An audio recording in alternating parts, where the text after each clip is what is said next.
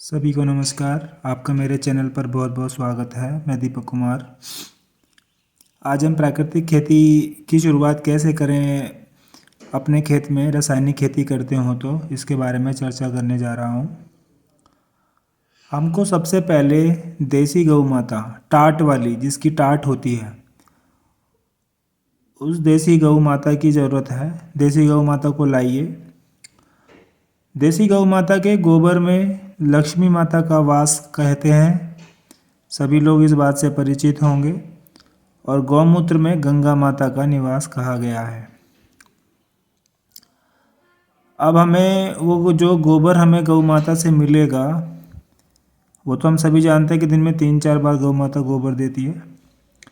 उस गोबर को हमें इस तरह से कलेक्ट करना है कि उसमें कोई भी अवशेष, प्लास्टिक का कोई भी कूड़ा कचरा जो प्लास्टिक का हो, केमिकल का हो, कोई भी ढक्कन प्लास्टिक उसमें ऐड नहीं होनी चाहिए। इस तरह से गोबर को हम कलेक्ट करते हैं और उससे 1 सेंटीमीटर मोटाई के पतले पतले उपले हम बनाएंगे। ऐसी जगह पर बनाएंगे जहाँ मिट्टी ना हो, मिट्टी भी उस गोबर के उपले में ऐड ना हो, ऐसे उपले बनेंगे। पहला कार्य। दूसरा कार्य, हमको अग्निहोत्र पात्र चाहिए। अग्निहोत्र पात्र शुद्ध तांबे का बना होता है, ये ध्यान रखना है। उस तांबे के पात्र का एक निश्चित साइज होता है, ऊपर से लगभग 14.5 सेंटीमीटर लंबाई चौड़ाई, गहराई 6.5 सेंटीमीटर और नीचे का तला 5 सेंटीमीटर का होता है, इस तरह से। और पिरामिड आकार होता है, स्टेप पिरामिड। तो ये अग्निहोत्र पात्र चाहिए। और उसके बाद हमें चाहिए शुद्ध उसी देसी गौ माता का घी, जो हमें इस तरह से बनाना है जैसे मथनी विधि कहते हैं। मथनी विधि में हमें जब दूध को उबाल लेते हैं, मिट्टी के बर्तन में ही जमाना है, बिलोना भी उसी में ही होता है, और हमें हाथ से बिलोना होता है। मशीन से हमें बिलोना नहीं होता, क्योंकि उससे जो रेडिएशन क्रिएट होता है, उससे दही के अंदर के जो शुद्ध बैक्टीरियाज होते हैं वो काफ़ी मात्रा में मर जाते हैं। तो इस तरह से हम दही बनाते हैं। और जमाने के समय पे हमें शुद्ध देसी गाय की छाछ का ही उपयोग करना होगा, ये ध्यान रखने योग्य बात है। तो इस तरह से हमने दही जमाया, उसके बाद हमने उसको हाथ से बिलो कर घी बनाया। इस विधि से जो घृत का निर्माण होता है उसको ध्यान रखना है। कम से कम 2 दिन में दही जमाएं। फिर जमने के बाद जब हम घी को दही को मथ लेते हैं तो मक्खन निकलता है। तो मक्खन को कई बार पानी से धोना होता है, कम से कम 10 बार। तो उससे हमें बहुत अच्छा घी मिलता है। इसके बाद हम घी बना लेते हैं, ये हमें घी चाहिए। फिर हमें चाहिए अक्षत चावल। अब अक्षत चावल हमें मिला है साबुत चावल। ऑर्गेनिक चावल हो तो अति उत्तम, और ऑर्गेनिक चावल ऑनलाइन अवेलेबल हो जाता है, या किसी भरोसेमंद ऑर्गेनिक किसान से आप चावल लेकर आएँ। इस तरह से हमने अग्निहोत्र की सामग्री कलेक्ट करनी है। और हमें कपूर चाहिए भीमसेनी। आपका 15 दिन में 300 रुपये का लगभग 1 पाव कपूर यूज़ हो जाएगा।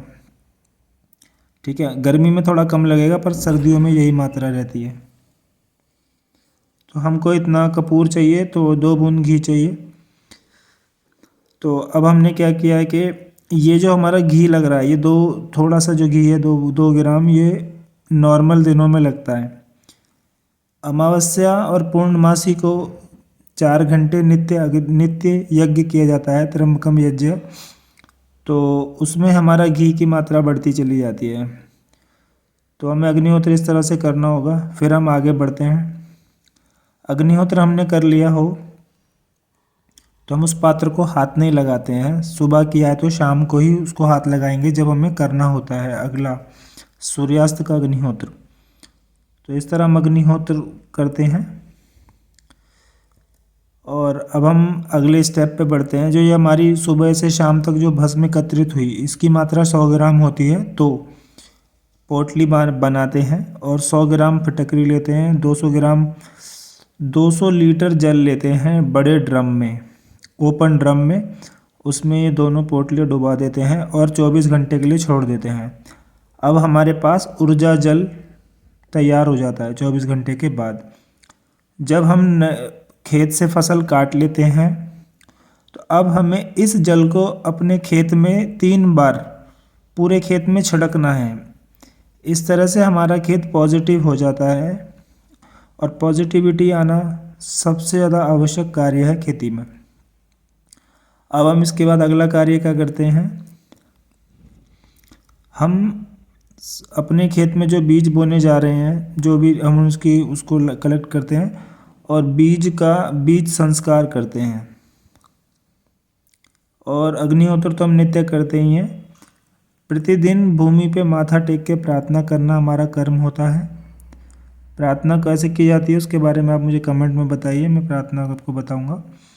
जब भी हम जल देते हैं खेत में, स्वयं पीते हैं, नहाते हैं, जल का जब भी उपयोग करते हैं तो गंगा माँ का ध्यान करना चाहिए, तो वह जल हमारे लिए अति उत्तम हो जाता है। बीज की भी, जब हम बीज को बोने जाते हैं तो हम बीज से भी प्रार्थना करते हैं। तो प्राकृतिक खेती की शुरुआतों में ये शुरुआती चीज़ें हैं। फिर हम आते हैं, हमें फसल गुट्टी बनानी होती है, हमें जीवाणु जल बनाना होता है, हमें सजीव जल अमृत जल बनाने होते हैं, हमें गंध चिकित्सा करनी होती है जिसमें सारी सुगंधित सामग्रियाँ होती हैं, हमें सड्रस का उपयोग करना होता है।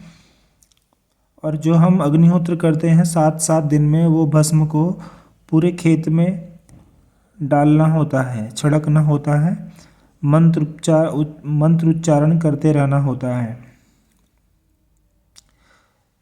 इस तरह से, और हमको अपने खेत में किसी भी तरह की प्लास्टिक कचरा, कांच की बोतल, प्लास्टिक की बोतल, कुछ भी दिखाई दे, कपड़ा वगैरह सब हमको हटाते जाना है। तो अभी हम प्राकृतिक खेती की इस तरह से शुरुआत करते हैं और इस तरह हमको अपने आप को भी जांचते रहना है कि हम अपनी खेती से कितना प्रेम करते हैं, क्योंकि वही हमको जीवन दे रही है। अब हम इसके बाद अगली वीडियो में हम आपसे मिलते हैं और अधिक डिटेल के साथ। नमस्कार।